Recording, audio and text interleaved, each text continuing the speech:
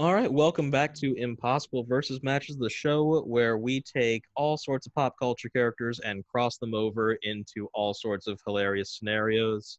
I'm Joseph, and join with me today is my good friend Jose. Jose, say hello. Hello, I am here. Please support my bar. We're under a lot of trouble. Yes, and he will plug that at the end of the show. Yes, we'll get to plugs. Yes. Can we plug now? I'm really desperate. Yeah, sure, why not? I'm kidding. All right, let's continue. All right, well, um, you guys know the rules. We're on episode, whatever already. So if you don't know the rules, you should have listened to the other episodes. Um, Jose, are you You're in ready? it by now. You know what you're in for. Yep. So, Jose, would you like to go first since you're a first-time guest here, or would you Sure. go first so you can get into it?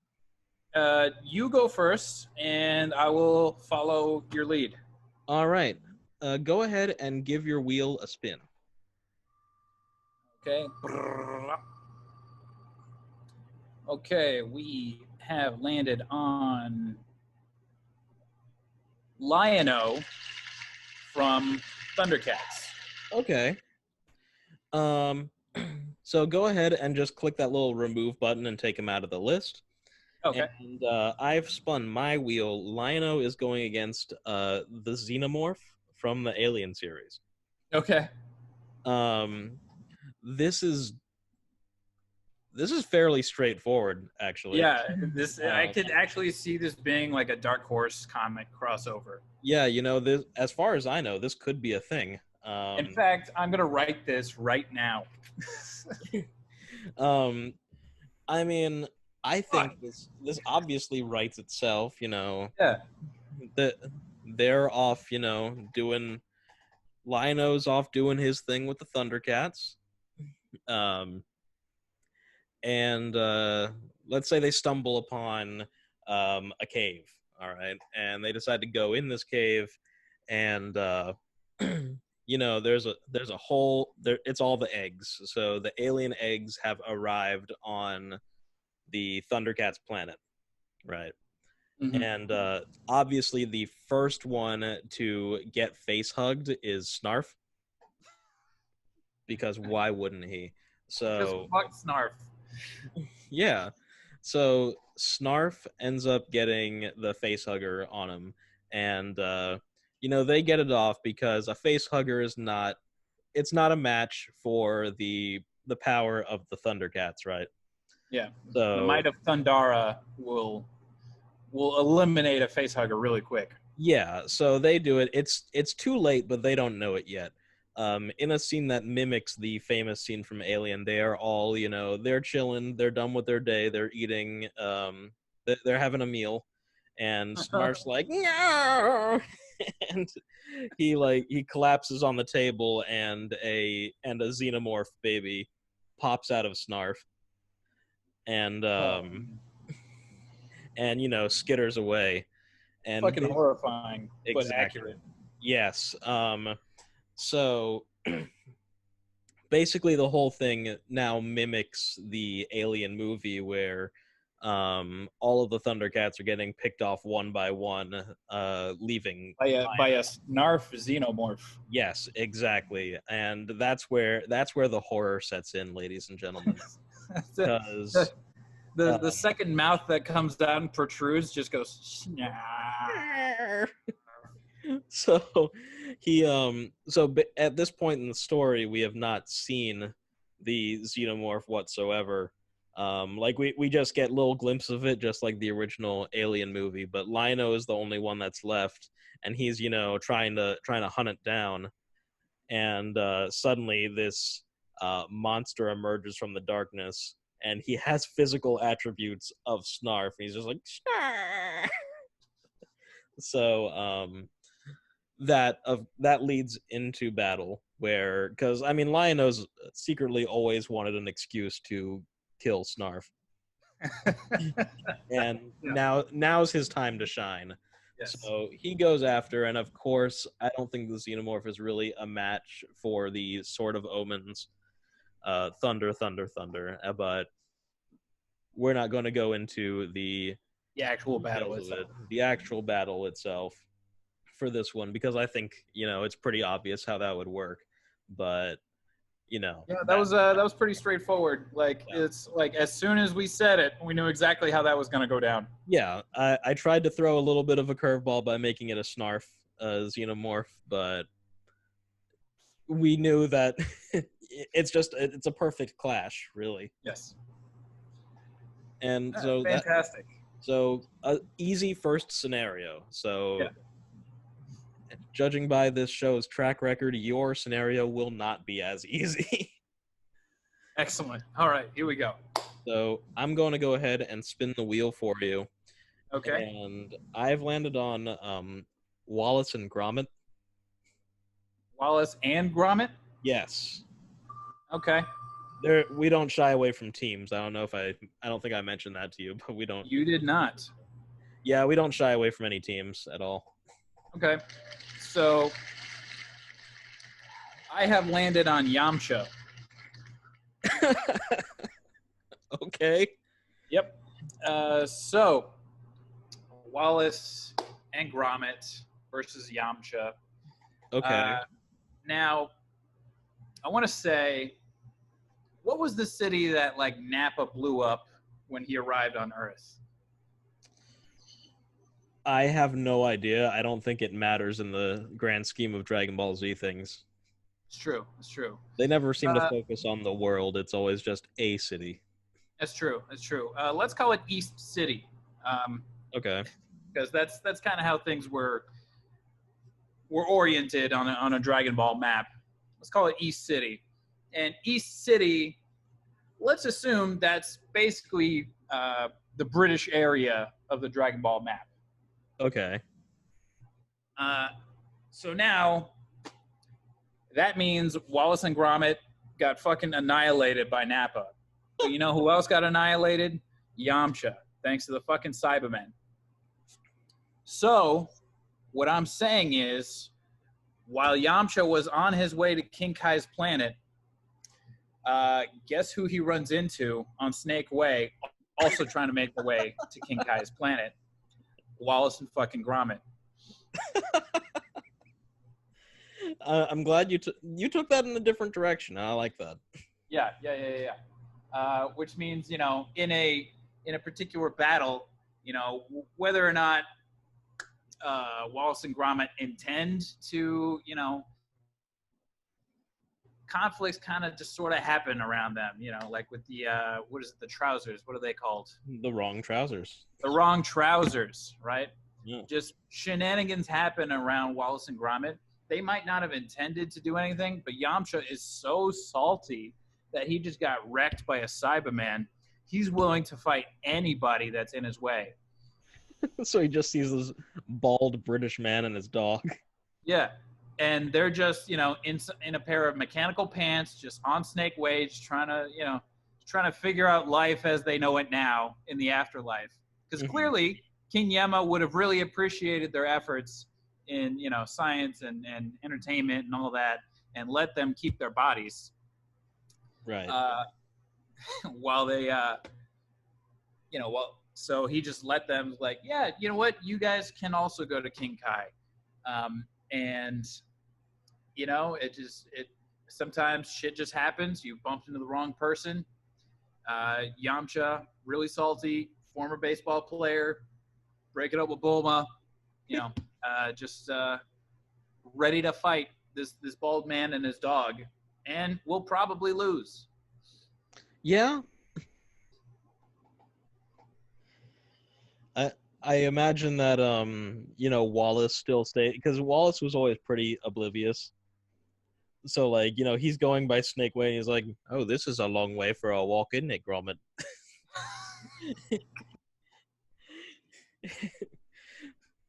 Some say King Kai's planet's made of cheese.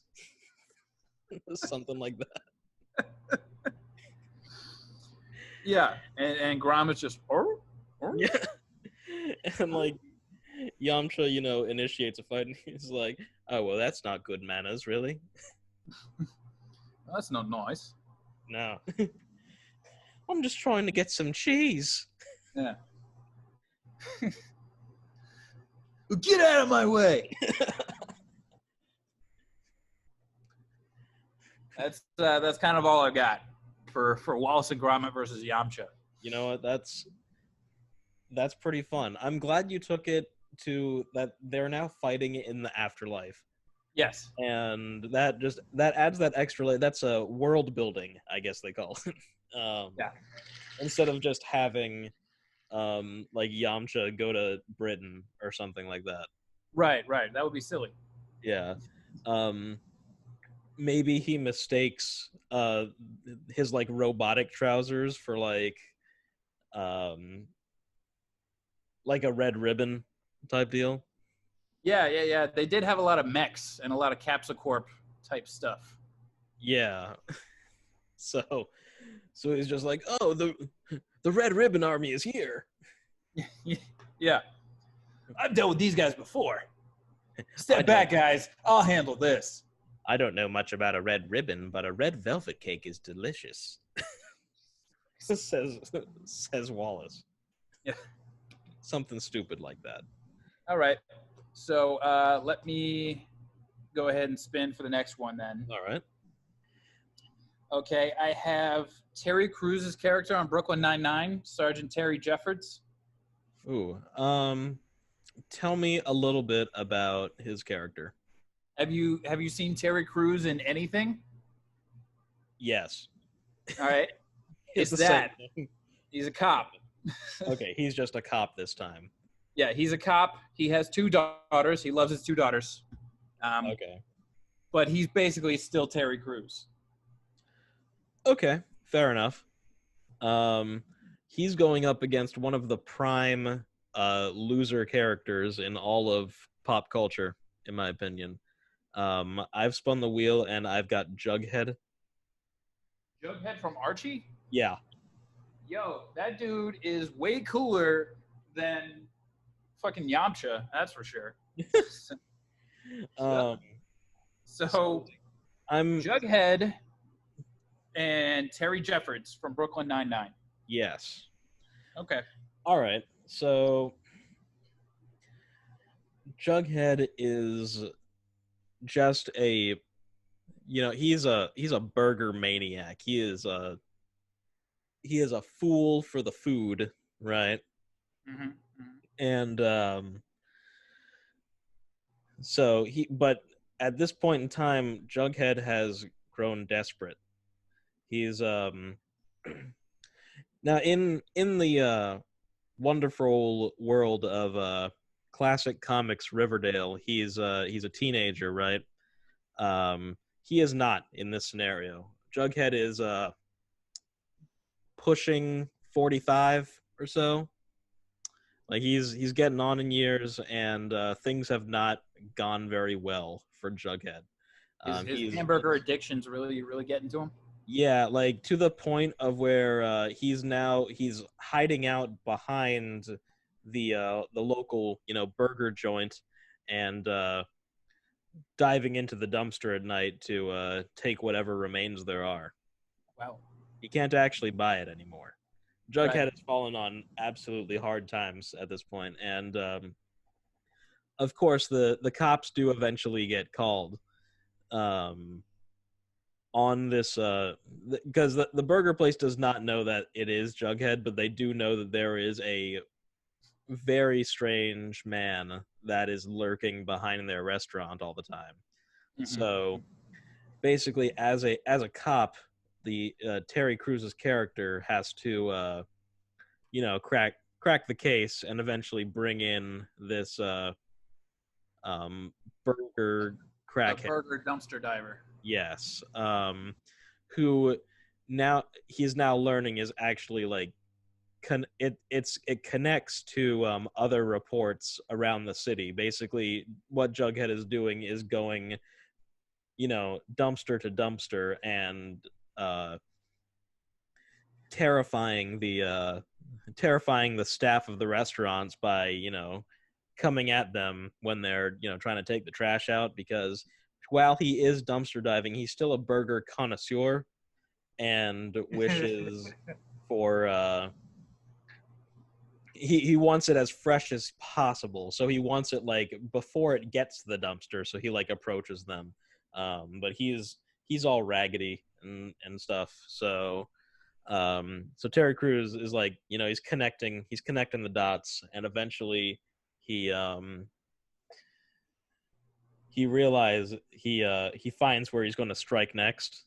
So he shows up to the dumpster like ahead of time to try and catch him in the act, and sure enough, there he is, um, harassing the local diner staff as he tries to you know steal their burgers.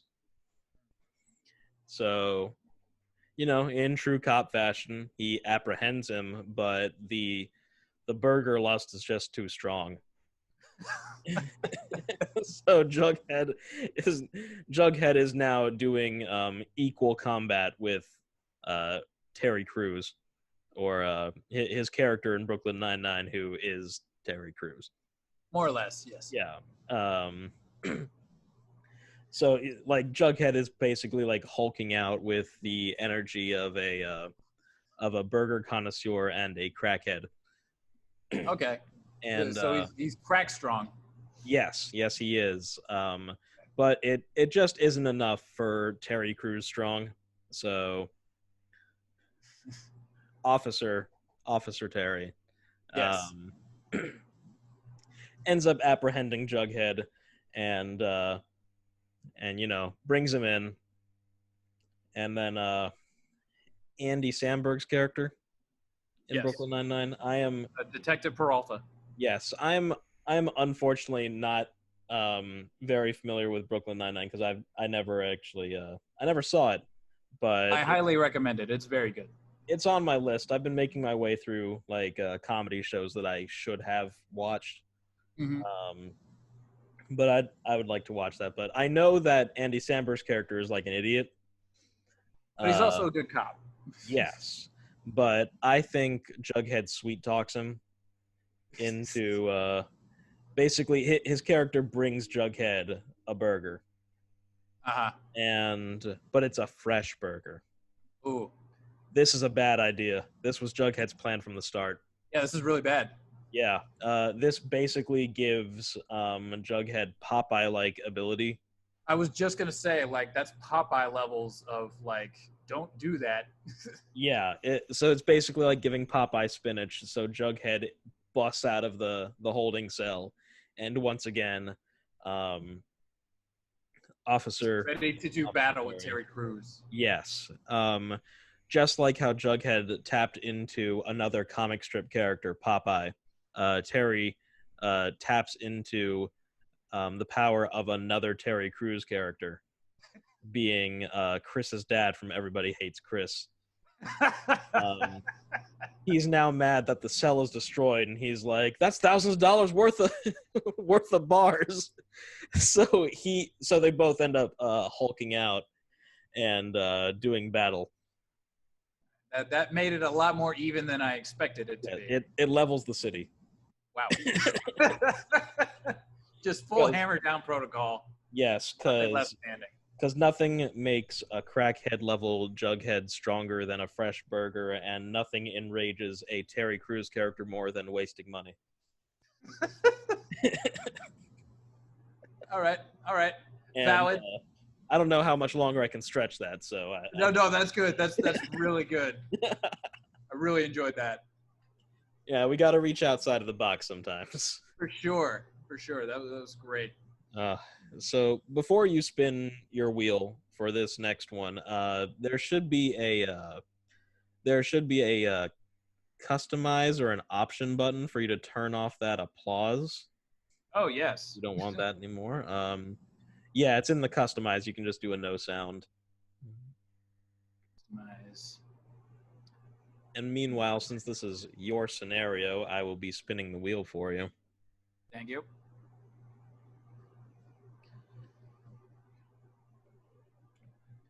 Okay. All right. What we got? Well, I spun it once, and I wasn't very. I spun it once, and I got the Burger King, but we just did a very burger-heavy scenario, so I decided to spin it again. That makes sense. You now have the Jigsaw Killer. The Jigsaw Killer. Yes. Any specific one? The 'Cause there's a couple. the original, the John Kramer Jigsaw Okay. killer, the one that matters. Old man Jigsaw. Got it. Yeah, the one from before the movies got stupid. Okay. Well, let's see who he's facing. I've Come on, had be an Jughead on asshole. my Be an list for a asshole. while. I was really hoping for Jughead versus Wimpy from Popeye. I felt like we could have an like a eating contest. Well, unfortunately, I have Blanka from Street Fighter Versus the Jigsaw killer. versus the Jigsaw Killer. That's okay. Okay. All right. Okay. Let's see what happens. All right. So. All right. So. Blanka, in his animations, like when he was introduced to Street Fighter 2, when he won, his mom would come out and like give him a hug. Yeah. I don't know if you're familiar with that. I have played. I have Street Fighter 2 like for Super Nintendo, and I haven't seen that animation. It's not in there, but I'll Yeah. take your word Well, for it. it might be in there, or it might be the arcade version or something like that. But at one point or another, his mom comes out and gives him a hug. What I'm thinking is, Blanka, within the last 4 or 5 iterations of the game, has stopped having his mom come out and give him a hug after a victory.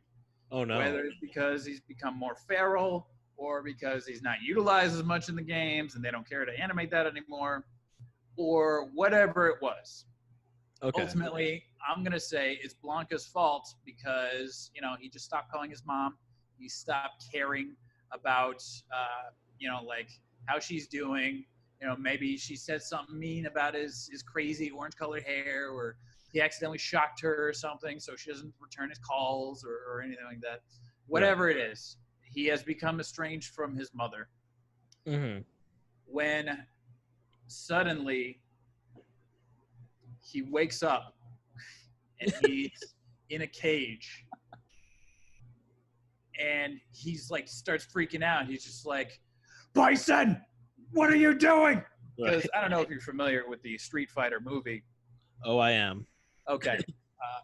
And basically how Bison is responsible, like everybody's misery in everything Street Fighter related.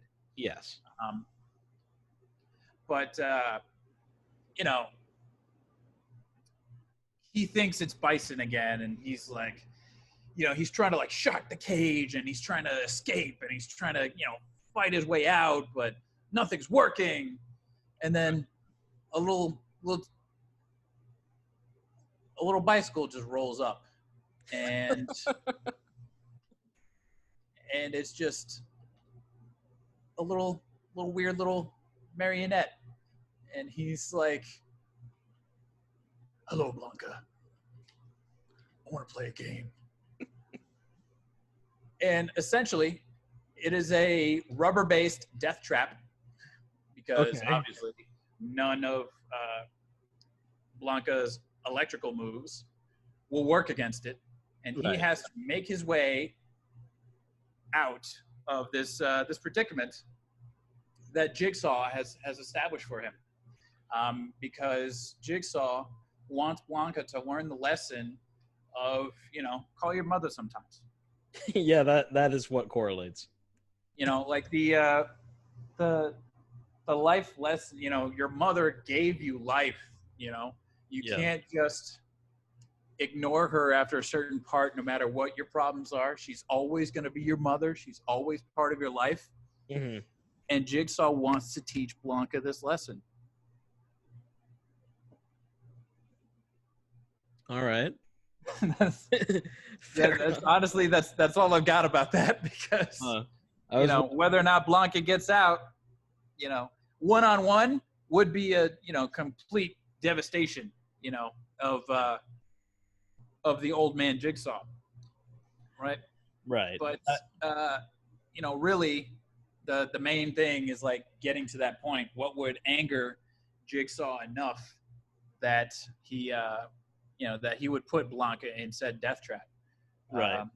And it's not only Blanka's thing, but Blanka's mom was also one of Jigsaw's nurses when he was bedridden with cancer. Oh, there's the twist. There's the twist. That's what I was waiting for. There it is. Oh my God. I had to link it together. Okay, I was waiting for that. I was about to ask you. So where is the crazy Saw level twist where it starts going like da da da da da da da? Yeah. Absolutely That's where it is. Because then cut to her like looking longingly at her phone call or at her phone like while she's waiting for him to call. But Jigsaw's like there, like in the hospital bed while she's looking all sad and not really paying attention to him, Right. because she's just waiting on a phone call for Blanka. And that kind of like leads to his misdiagnosis, and then his cancer is actually way worse than it is. She was distracted. That's why She was distracted because Blanka's a terrible son. Now it's all coming together. Oh, da da da da da da da. You know what? I like that. I'm gonna see that, and I'm gonna raise it another twist because I want to add on to this. Ooh, hit me. Right. Okay, so we're going back to the rubber death trap, right? And Yes. And Jigsaw's like, you didn't appreciate life. I want to play a game. So somehow he makes it out of the rubber trap, and Yes. he finds he goes into the next room, and he finds M. Bison like all chained up. Oh shit. Yeah. Shit. All right. And Jigsaw's like, what would you do if you were faced with, like the guy that caused you so much pain? Like, Yeah. would you cause him an equal amount of pain, or will you save his life so he may spare yours? And Blanka fails the test, right? Yeah, he kills Bison. I'm not going to go into what the trap was because I'm simply not that level of creative. But basically, so Blanka is making his way through several rooms. It's very much like Saw 3. Yes. Where he's going through the whole movie. Yeah, so maybe he didn't get to Bison first. Maybe it was like Vega, and then it was like Balrog. And so basically the Street Fighter villains are now captured by Jigsaw, but eventually Blanka busts into the room where Jigsaw is, and there he is like in the hood, and and he's like, you made me do all this, and now here's where the music starts going a little da da da da da da. Blanka tackles Jigsaw with all he's got, and he's like, who are you? Takes the hood off. It's his mom. Oh my god! Jigsaw the whole time, and then he's like, Mom, no! Because now he's killed his mom. And then zoom out. The whole thing is on a TV. And then there's you see a gloved hand, and he's like, game over. Takes the Street Fighter 2 Super Nintendo cartridge out of the Super Nintendo and shuts the TV off. Oh my god! I was playing Street Fighter the whole time.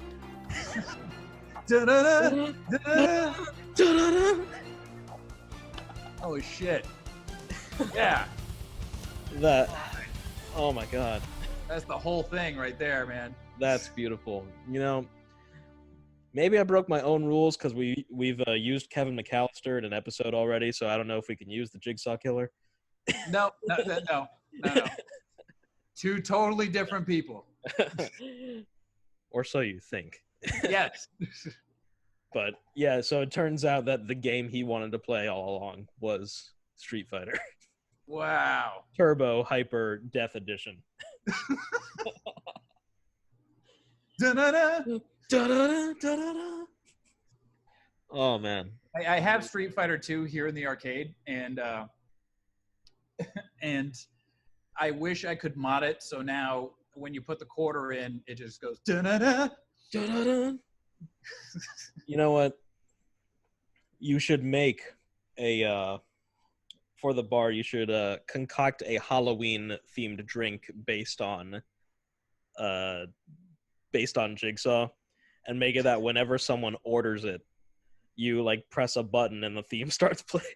Oh shit! Yeah, yeah. I've been mulling around the idea of having like a soundboard readily available on the sound system, Yeah, where like like if someone wins a game or like makes a really good bet and like they win, I just hit like reggaeton air horns, just yeah. I've been mulling that idea around, and there's some logistics involved, but if I could do that with like a drink, like you suggest, Yeah, the spooky drink, that would right. be great. Yeah, basically a drink that's like it's like red and black somehow with like a spiral. And like if they order it, then you press a button. It's like da da da da da da, and then Yes. you hit them with the twist, like, oh, it tastes great. Well, what if I told you that drink was water the whole time? Ah, it's White Claw. Yeah, it's White Claw. It's just White Claw. It's LaCroix. Uh, that's great. I don't know if you've seen $25 for something you White could Claw, get at the supermarket. where White Claw tastes like like static, and then someone shouts the flavor from a different room. Yeah. That's pretty great, and that's pretty accurate according to what people tell me. For years, you haven't appreciated your alcohol, but now you will. Gotta teach people a life lesson. Yes. I'd like to play a game. Would you pay $30 for something you can get for $5 in the store? Yeah, that's kind of the basis of my whole business here. Let's not give it away. Whoa! Moving on. Ah! It was just a joke about LaCroix. All right. Well, I think that is 4 solid scenarios for this episode. Had a little bit of a slow start, Okay. but All right. we ramped it up with the last ones. With Street Fighter Saw. Yep, Street Fighter and the Saw Fighter. Wow. That's going to be the matchup that makes the title of this one for sure. Saw Fighter. Blanka versus Jigsaw. Absolutely beautiful. All right. Well, so that's been it for this episode. I've been joined by my good friend Jose. Jose, where can people find you? What would you like to plug? People can find me at Lucha Verde on Twitter, at the Lucha Verde on Instagram, or at Rec Room Jax, which is my bar here in Jacksonville, Florida. Rec Room. It is a fantastic nostalgia-themed arcade bar, and we have all kinds of crazy stuff. We need your support now more than ever. But we, are just trying our best to stay afloat amongst everything going on. That's so, right. Help us out. We'll hook you up with some drinks. We also have a Twitch channel, twitch.tv/RecRoomJax, where you'll see me or some of my employees playing various video games live on stream. We have lots of artwork and all kinds of cool things like that. So yeah, check us out. And, hopefully we can get through this together. Wear your goddamn masks, people. Wash your hands, etc., etc. Vote in November. That's right. If you're in Florida, go to Jose's bar. If you're not, get there. And you can find all of his stuff in the link in the description below.